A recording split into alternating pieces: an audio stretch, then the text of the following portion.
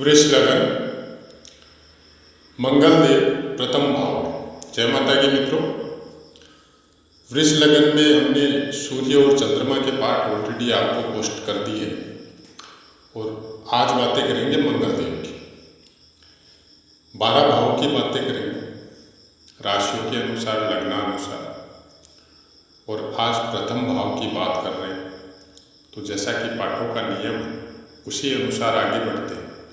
और अगर शुरू से फलित पाठ सुनते हुए आ रहे हैं तो हो सकता है आपको अभी तक याद भी हो गया हो। और अगर पहली बार सुन रहे तो आपसे प्रार्थना केवल इतनी है कि फलित पाठों के विषय में अगर ये सब चीज़ें आपको पूरी तरह याद करनी है और ज्योतिष सीखने की प्रेरणा कहीं से आपको मिल रही है ईश्वर के द्वारा, तो आप शुरू से सुनते हुए आइए।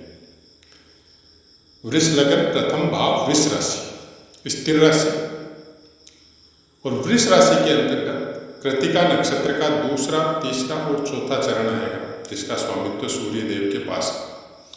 रोहिणी नक्षत्र के चारों चरण आएंगे, इसका स्वामित्व चंद्रदेव के पास है। और मृगशिरा नक्षत्र का पहला और दूसरा चरण आएगा, इसका स्वामित्व खुद मंगल देव के पास है। और हम लोग मंगल देव के पाठों का आज शुरुआत कर रहे हैं।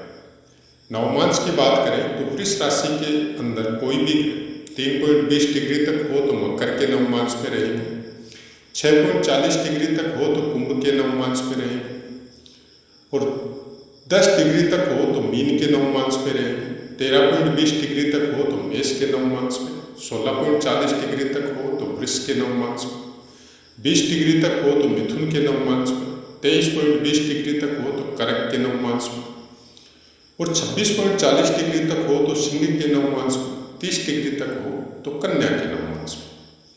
अब यहाँ पे नवमांशों में बहुत सी बातें नवमांश कुंडलियों के हिसाब से भी की जाती है।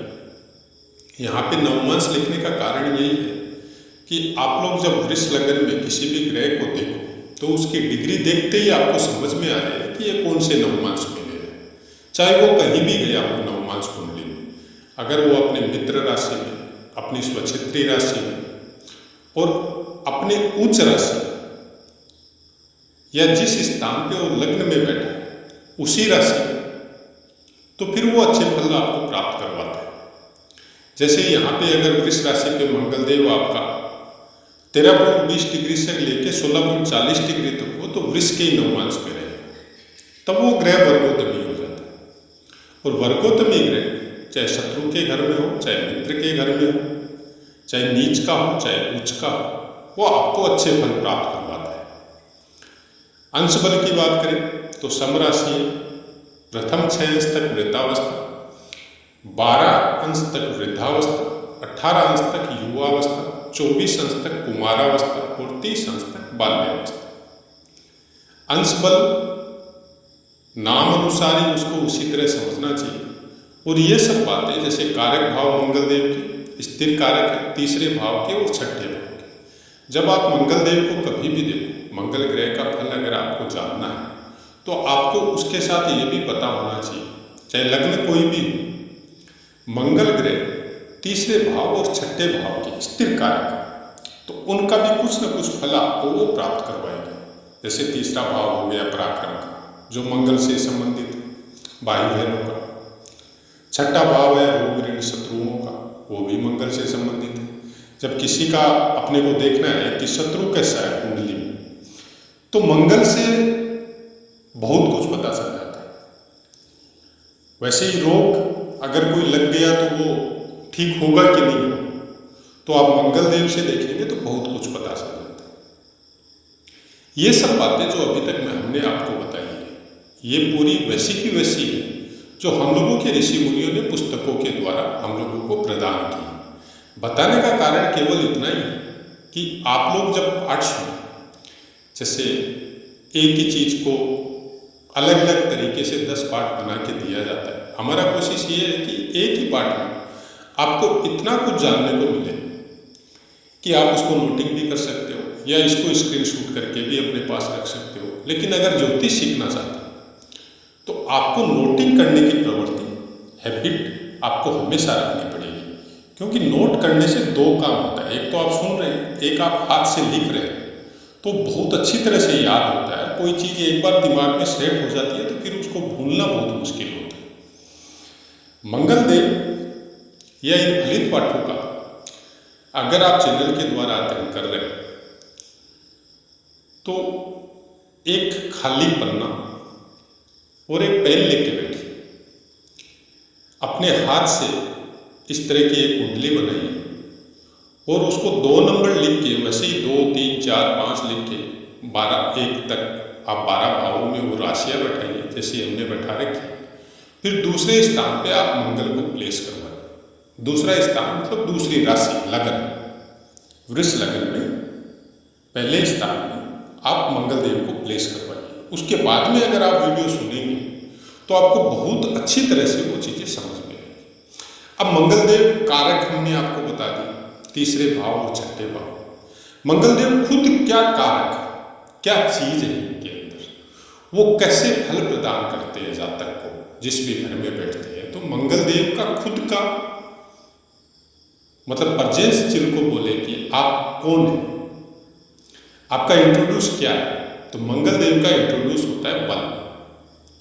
आपके शरीर में बल की मात्रा कैसी है, साहस की मात्रा। साहस कौन सा, विल पावर साहस नहीं है, यहाँ पे साहस है आपके बल से संबंधित, आपके शरीर की शक्ति से संबंधित।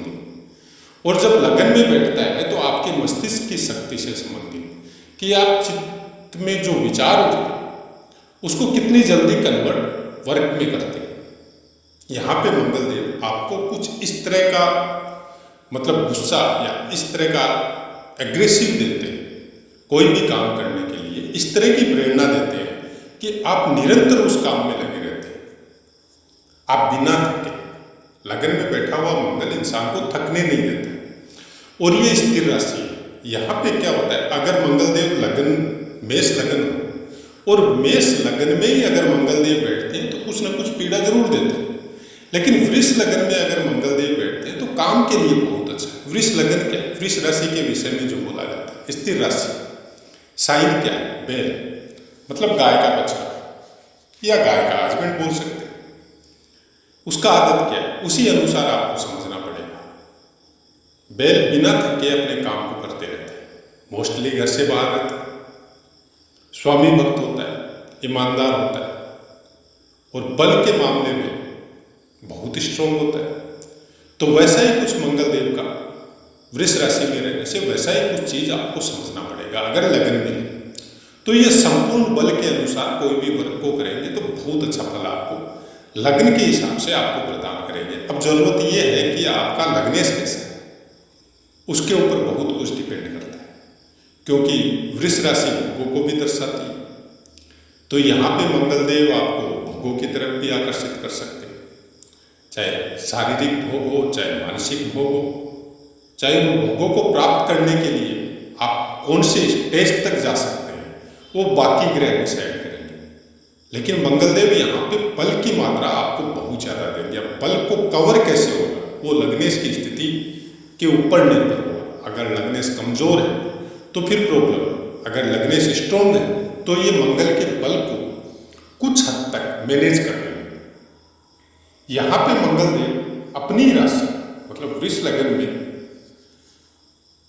मंगलदेव 12वें स्थान के 12वां स्थान और 7वां स्थान का स्वामित्व वृष लगन वालों को होता है। मंगलदेव जैसे 12वें स्थान में मेष राशि है और 7वें स्थान में वृश्चिक राशि, और ये अपने स्थान को पूर्ण दृष्टि से देखते हैं। तो पत्नी के साथ या व्यापार वगैरह में कुछ इस तरह का फोर्सफुली ये काम करेंगे कि कुछ न कुछ अनबन रहेगी। मतलब ये अपनी ज़्यादा चलाने की कोशिश करेंगे और सामने वाले के, जैसे पार्टनरशिप का कोई बिजनेस या वाइफ है आपकी और उसका अगर 7वां स्थान थोड़ा वीक है या कमजोर है तो फिर यहाँ पे मंगलदेव उनके ऊपर हावी होने का कोशिश करेंगे। मतलब गुस्से की वजह से हो चाहे और कोई कारण हो, यहाँ पे 7वें स्थान में कुछ पीड़ा प्रदान करवाएंगे। अब 7वें स्थान पे जब मंगलदेव खुद वृष लगन में अगर विराजमान होंगे तो उसकी चर्चा हम लोग आगे करेंगे, क्योंकि वहाँ पे बल चेंज हो जाता है। और फिर 12वें स्थान के का स्वामित्व है मेष राशि, तो ये अपने स्थान से अपने जन्म स्थान से बहुत दूर जाने की प्रेरणा देते, अपने वर्क के विषय में हो, चाहे अपनी शादी विवाह के संबंध में हो, चाहे व्यापार के संबंध में हो, मतलब घूमने की प्रेरणा ऐसे इंसान को ज़्यादा रहती है। घूमने फिरने के शौकीन होते हैं, घूमने के लिए बहुत दूर दूर तक की यात्राएं भी करती है। और किस तरह का मतलब वातावरण इन लोगों के दिमाग में निर्मित होता है, कुछ वहाँ पे गुस्से की मात्रा कुछ ज़्यादा रहती है। अगर बाकी ग्रह सपोर्ट कर रहे हैं, आप बाकी ग्रह आपको अच्छा बल दे रहे हैं, कुछ हद तक अगर शुक्र देव का योग अच्छा है या सूर्य देव का भी योग अच्छा है, तो ये सब चीज़ों को मैनेज किया जा सकता है। मंगल देव लगन में बैठ के हम कुछ हद तक जो अभ्यास के द्वारा हमने देखा है कि प्रायः मंगल, बुध, सूर्य और शुक्र ये अगल बगल में रहते हैं, ज़्यादा दूर तक नहीं जाते। बहुत कम चांस होता है कि मंगल देव कुछ दूर चले जाए, क्योंकि मंगल देव का थोड़ा गति धीमा होता है बाकी सूर्य, शुक्र और आपका बुध से। तो ये कई बार हो सकता है थोड़ी दूरी भी अपना लें, लेकिन इनका प्रायः साथ में रहने का ही योग होता है। कभी बुध के साथ में आ सकते हैं, कभी सूर्य के साथ में आ सकते हैं, कभी शुक्र के साथ में आ सकते हैं। तो यहाँ पे क्या है, ये सब आने से अगर यहाँ पे बुध देव का सपोर्ट वृष लगन वालों को अगर मंगल देव के साथ मिल जाए या दृष्टि संबंध हो जाए या कोई भी कारण से कोई ऐसा कोई चीज हो जाए कि बुध देव अपनी राशि में विराजमान, तो बहुत अच्छा गणितज्ञ बना सकता है। क्योंकि मंगल और बुध की युति गणित के मामले में बहुत स्ट्रांग होती है। बाकी दशा महादशा के ऊपर निर्भर है आपकी एजुकेशन वगैरह किस तरह की होगी, क्योंकि शुरू में अगर आपके बचपन में ही दशा महादशा कुछ गलत ग्रहों की आ गई जो आपके योग कारक नहीं है, तो हो सकता है एजुकेशन लेवल आपका इतना अच्छा नहीं हो, लेकिन प्रेजेंस ऑफ माइंड आपकी बहुत स्ट्रांग होगी। जैसे ही समय आपका आए, चाहे गुरु की महादशा आई हो, चाहे शुक्र की आई हो, चाहे राहु कब कहाँ प्लेस है उसके ऊपर निर्भर है, लेकिन राहु की महादशा भी आपको गणित के विषय में बहुत अच्छा योग कारक फल देती है। और मंगल बुध का तो होता ही होता है। मंगल देव यहाँ से बैठ के ये आपके चतुर्थ स्थान को देखेंगे, मतलब सूर्य देव की राशि को देखेंगे। चतुर्थ स्थान कारक भाव में अगर बोले तो चंद्रदेव का है, माता का स्थान है, आपके शुक्रों का स्थान है, आपके भवन का स्थान है। तो यहाँ पे दृष्टि देने से अपने मित्र राशि के ग्रह को दृष्टि अगर देते हैं तो यहाँ पे शुभ फलों में ये जरूर वृद्धि करेंगे, क्योंकि सूर्य और मंगल देव की मित्रता है। ये प्रायः हम लोग सब जानते हैं, जो भी ज्योतिष का अनुभव रखते हैं या ज्योतिष के विषय में थोड़ी सी भी रुचि रखते हैं, उनको पता है सूर्य और मंगल की बहुत अच्छी मित्रता है। और मित्रता के विषय में मित्र के ग्रह को कोई भी ग्रह खराब नहीं करता, खासकर मंगल देव नहीं करते, क्योंकि मंगल देव को ईमानदारी के साथ भी जोड़ा जाता है। मंगल देव जिसका भी स्ट्रॉन्ग होता है, जिसका भी अच्छा होता है, हर दर्जे के ईमानदार होते हैं। पहले के ज़माने में कोई समय में जब राजा महाराजाओं का समय था और सेना वगैरह में जब भर्तियां करते थे तो मंगल का बल विशेष देखा जाता था। क्यों? एक तो बल के मामले में बहुत स्ट्रांग होते हैं, एक वचन के मामले में बहुत स्ट्रांग होते हैं, जो बोल दिया उस पर खरे उतरते हैं, तीसरे हद दर्जे के ईमानदार होते हैं। तो मंगल देव अगर चतुर्थ स्थान पर दृष्टि डालते हैं तो चतुर्थ स्थान से संबंधित फल आपको बहुत अच्छे मिलेंगे। यहाँ से फिर सातवें स्थान अपनी राशि को देखते हैं तो कुछ पीड़ा सातवें स्थान को ही प्रदान करवा सकता है, क्योंकि कुछ बल की मात्रा या कुछ जैसे वृश्चिक राशि को गुप्त संबंधों के लिए भी जाना जाता है, या कोई भी ऐसे काम जो गुप्त रह के करने पड़े, जो समाज और गांव और देश से छुपा के करने पड़ते हैं, उसके विषय में भी वृश्चिक राशि को बोला जाता है। तो ऐसे इंसान या इनका पार्टनरशिप का कोई काम या कोई बिजनेस, कोई व्यापार से संबंधित ये समाज के सामने या अपनों के सामने तब तक ओपन नहीं करते हैं जब तक वो काम इनका परिपूर्ण नहीं होता है। तो पति पत्नी के बीच में भी कुछ ऐसा हो सकता है जो कि ये बताए नहीं कि कोई ऐसी कोई बात हो सकती है जब तक वो काम कंप्लीट नहीं हो, और उसी वजह से हो सकता है कुछ आपस में अनबन। बाकी गुरु और शुक्र की दृष्टि या कुछ संबंध देखना पड़ेगा कि ये अलगाव का कारक भी है, तो अलगाव हो सकता है क्या, लेकिन अलगाव का कारक मंगल देव को जो बोला जाता है हम उसका सपोर्ट नहीं करते। मंगल देव गुस्से के कारक हो सकते हैं, अलगाव के या विच्छेद के कारक नहीं। क्रूर ग्रह, विच्छेदात्मक ग्रह नहीं है। विच्छेदात्मक ग्रह को अगर बोला जाए तो शनिदेव हो सकते हैं, राहु हो सकते हैं, केतु हो सकते हैं, लेकिन मंगलदेव नहीं। हम इसका सपोर्ट नहीं करते। बाकी सब अपने ज्ञान और विवेक के अनुसार फल बताते हैं, हम उसमें इंटरफेयर भी नहीं करते। हम क्यों कि कुछ ऐसी चीज़ें जिनके विषय में बोला जाता है कि आप ये उपाय कर लो, वो उपाय कर लो। देखिए, प्रायकर सब चीज़ों के विषय में बोलते हैं, लेकिन उपायों की जो श्रृंखला है उसके विषय में हम शुरू में जब हमने ये चैनल चालू किया था और आप शुरू से अध्ययन करते आ रहे हैं, तो शुरू में ही ग्रहों के उपाय के विषय में ही हमने आपको बताया था। अगर आप नए जुड़े हैं तो आप शुरू के वीडियो वहाँ जाके सुन सकते हैं। लग्न कुंडली के अनुसार हम कभी भी उपाय करने का सपोर्ट नहीं करते, क्योंकि लग्न कुंडली के जो भी ग्रह आपको जिस तरह से मिले वो हम लोगों की प्रारब्ध, चाहे आप हो, चाहे हम हो, चाहे कोई हो, उसको आप उपायों के द्वारा चेंज नहीं कर सकते। उपायों के द्वारा कुछ चेंजेज या कुछ फल जिनमें कमी और बेसी हम कर सकते हैं, वो केवल चंद्र कुंडली के अनुसार कर सकते हैं, क्योंकि गोचर का इफेक्ट चंद्र कुंडली के ऊपर आता है। अब कुछ ऐसा है कि आप बहुत अच्छा वर्क कर रहे हैं, बहुत अच्छा काम कर रहे हैं, लोगों का भला भी कर रहे हैं, और फिर भी आपको फल अच्छे नहीं मिल रहे, तब फिर आपको लग्न कुंडली देखनी पड़ेगी। और लग्न कुंडली के अनुसार वो ग्रह आपको जिस काम को, जिस चीज को आप प्राप्त करना चाहते हैं, वो ग्रह उस स्थान का, जैसे आप धन प्राप्त करना चाहते हैं और धन स्थान का जो आपका ग्रह है वो वीक अवस्था में है, वो युति के अनुसार खराब अवस्था में है, वो कोई क्रूर या विच्छेदात्मक ग्रह के साथ युति करके बैठा हुआ है, गलत स्थान में बैठा हुआ है, तो फिर उस चीज को आपको भूलना पड़ेगा। फिर आपको धन के पीछे भागने से धन नहीं मिलेगा। उसका उपाय दूसरे तरीके से, जैसे आपका मंगल यहाँ पे क्रूर अवस्था में है और कोई राहु या शनि की भी इनके ऊपर दृष्टि आ जाए, तब आपको अपने स्वास्थ्य के प्रति सजग रहना पड़ेगा, सचेत रहना पड़ेगा, गुस्से को त्यागना पड़ेगा, नहीं तो फिर बीमारियों का प्रकोप भी हो सकता है, कुछ दिमाग में मेंटल इफेक्ट भी हो सकता है। तो ऐसी कुछ बातें जो हकीकत है, जिनको हम लोग चेंज नहीं कर सकते। अगर चेंज कर सकते हैं तो फिर कुंडली या वो सब चीज़ों की जरूरत ही नहीं, क्योंकि आदमी फिर दुख भोगेगा ही नहीं। अगर चेंज करने की शक्ति हम लोगों के अंदर हो तो फिर दुख भोगने की जरूरत ही नहीं है। भी जैसा भी कोई काम है हम लोगों का खराब चल रहा है और उपायों के द्वारा हम लोग उसको ठीक कर लेंगे, तो ये कोई पैरासीटामोल की गोली नहीं है जो आपने खाया और आपके बुखार उतर गए।